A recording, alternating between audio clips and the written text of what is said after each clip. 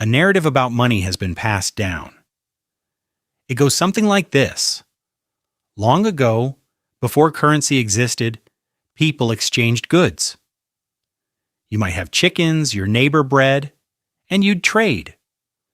The story suggests that this became too cumbersome, leading someone to invent money to simplify things. You can find this account in old textbooks. Yet for the past century, anthropologists have searched for even a single society that actually operated in this manner. They have found none, not even a solitary one. The barter economy, supposedly the precursor to money, is a myth. Money did not evolve from trade. Its origins lie in something more unsettling. Once you grasp the true nature of money, a recurring pattern becomes evident. Every form of money humanity has ever created has followed the same trajectory. It is introduced, people come to trust it, then those in power seize control, subtly diminish its value, and eventually it collapses. Shells, coins, paper, gold, even the money you earn daily. The same saga unfolds repeatedly for 10,000 years. This encapsulates the entire history of money, and its conclusion may surprise you. So, if money didn't begin with barter, what was its starting point? Before coins, even before shells, there was debt. Imagine a village 10,000 years ago. You help your neighbor repair his roof. He doesn't pay you immediately, he simply owes you a favor. That obligation remains until perhaps he gives you grain and the debt is settled. That, in essence, was the earliest form of money.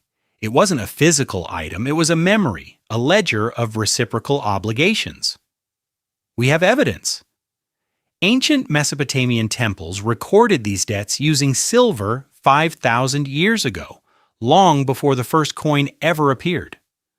Money was never conceived to streamline commerce. It was designed to keep tabs, and the moment you can keep tabs, you can manipulate the system.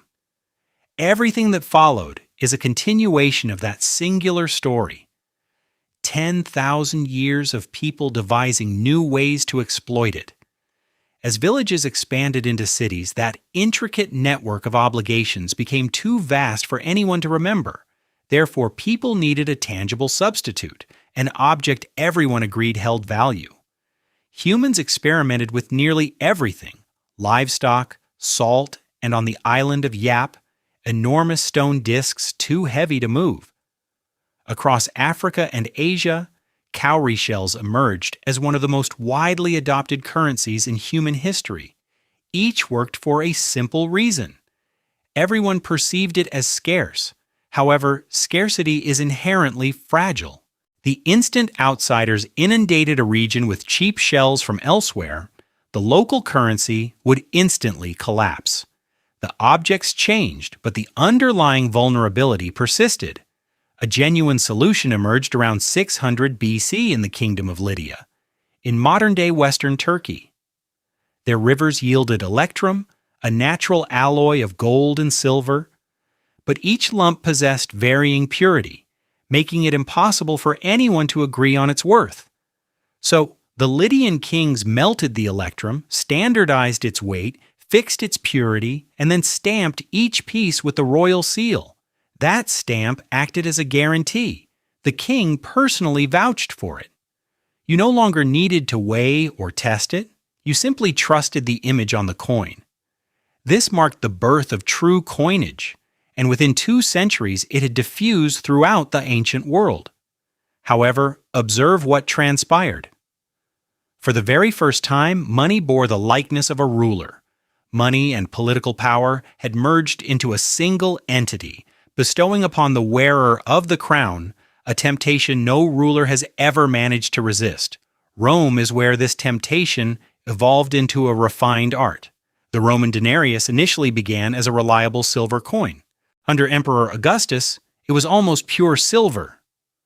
But managing an empire is costly. The emperors stumbled upon a trick that seemed like magic. Retrieve silver coins through taxes, melt them down, blend in inexpensive copper, then restamp them with the same face. Suddenly, you possessed more coins than you started with. You had conjured money out of thin air. Each successive emperor debased it slightly more than the last. By the year 270, the denarius, once nearly pure silver, contained barely 5% of the precious metal. The coin looked identical, the numerical value on it remained the same, but it was predominantly worthless metal. Romans were not foolish. They observed prices escalating and began hoarding the older valuable coins while circulating the newer debased ones. The empire was inflating its way into a crisis, and the currency collapsed long before the empire itself did. Rome would not be the last to attempt this. It was merely the first to do so on such a vast scale. While Rome debased its coinage, the other side of the world made an unprecedented leap. In China, lugging around heavy strings of copper coins was exhausting. Consequently, merchants started depositing their coins with a trusted shop and receiving a paper receipt instead. By the 11th century, under the Song dynasty, the government introduced the world's first official paper money. For a period, it was ingenious. Then the Mongols conquered China, and Kublai Khan declared paper money the sole legal tender in his empire, backed by nothing but his personal decree. When Marco Polo witnessed this, he remarked that the Khan had mastered the secret of alchemy, transforming ordinary paper into the wealth of a kingdom. However, paper possessed the same flaw as a Roman coin, only magnified. A coin required physical melting. Paper could simply be printed, and the emperors printed and printed. The money depreciated so dramatically that the Ming dynasty eventually abandoned paper entirely and reverted to metal currency, different empire, different material, the same outcome Rome had already experienced. For most of history, money remained static. Renaissance Italy altered this, transforming money into something that moved and accumulated independently. The pivotal figures in this development were the Medici family of Florence. The Medici Bank, established in 1397, did not amass wealth by mining gold or conquering territories. Its riches came from a document called a bill of exchange. The church had prohibited charging interest on loans, deeming it usury and a sin. So the Medici disguised interest as a currency exchange. A merchant would deposit money in Florence and collect it months later in London in a different currency. The bank's profit was concealed within the exchange rate, a loan with the sin neatly removed. The Medici wielded this financial power to fund popes, enthrone kings, and underwrite the Renaissance. Money had ceased to be a quantifiable pile of metal. It had become an intricate network, invisible, rapid, and abstract. The more elusive money became, the easier it was to silently devalue it. The oldest pattern was about to become far more difficult to discern. For centuries afterward, the world sought to anchor money to something a king could not counterfeit: gold. The principle was straightforward. Every paper note represented a promise. Take it to a bank, and you could exchange it for a specific quantity of actual gold. The money supply was thus constrained by the amount of metal a country genuinely possessed. Britain led the initiative, and by the late 1800s, most of the trading world had adopted the gold standard. For a few decades, it functioned flawlessly. Prices remained stable. But gold has an inherent limitation. And when war erupts, a government needs to spend considerably more than its gold reserves permit. Consequently, during the First World War, country after country quietly suspended the rule and printed whatever was necessary. The anchor, it turned out, was only ever secured when convenient, and one nation demonstrated to the world what happens when you completely let go. After its defeat in the First World War, Germany was obligated to pay immense sums it did not possess, so it printed around the clock. By 1923, the currency utterly broke. Prices doubled every couple of days. A loaf of bread that had cost a few marks before the war cost hundreds of billions by the end of the year. People resorted to burning banknotes for warmth because the paper was cheaper than firewood. An entire nation's savings were eradicated within months. It was the same pattern as Rome, the same pattern as China, only now it transpired in months, not centuries. And the devastation it left behind contributed to dragging the world into another war. After the Second World War, the world required a new framework. In 1944, representatives from 44 nations convened at a hotel in Bretton Woods, New Hampshire.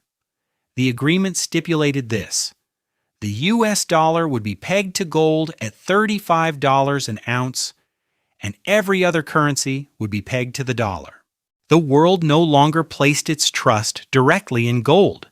It trusted America's pledge to safeguard the gold for everyone. This pivotal moment is when the US dollar quietly assumed its central position in the global monetary system. And it all hinged on one fundamental assumption: that America would perpetually maintain enough gold to honor that promise. For approximately 25 years it held. Then America began to spend extensively. By the late 1960s, the United States was simultaneously financing a war in Vietnam and expensive new domestic programs. It was injecting far more dollars into the global economy than it possessed in gold to back them. France meticulously calculated this imbalance and began demanding actual gold for its dollars. The gold vaults were emptying rapidly. On August 15, 1971, President Richard Nixon appeared on television and announced to the world that the dollar could no longer be exchanged for gold. He termed it temporary. It proved permanent. With that single declaration, the final connection between money and any physical commodity on Earth was severed. For the first time in history, the currency of the entire planet was backed by nothing tangible, only trust in the government that issued it. We had arrived at pure fiat money. Fiat is a Latin term meaning "let it be done." Fiat money holds value simply because the government declares it does, for no other reason. The bill in your wallet is not a claim on gold. It is not a claim on anything. Its worth derives from the collective agreement of everyone around you to continue acting as if it is valuable. And once money is no longer constrained by a physical asset, its supply becomes boundless. A government can generate more whenever it chooses with a mere keystroke. The US dollar has lost over 80% of its purchasing power since Nixon delinked it from gold. The numerical value on the bill never changes. It simply buys you less each year. This is the very same tactic employed by the Roman emperors, the very same tactic used by the Chinese emperors. We simply ceased calling it watering down the money and began referring to it as monetary policy.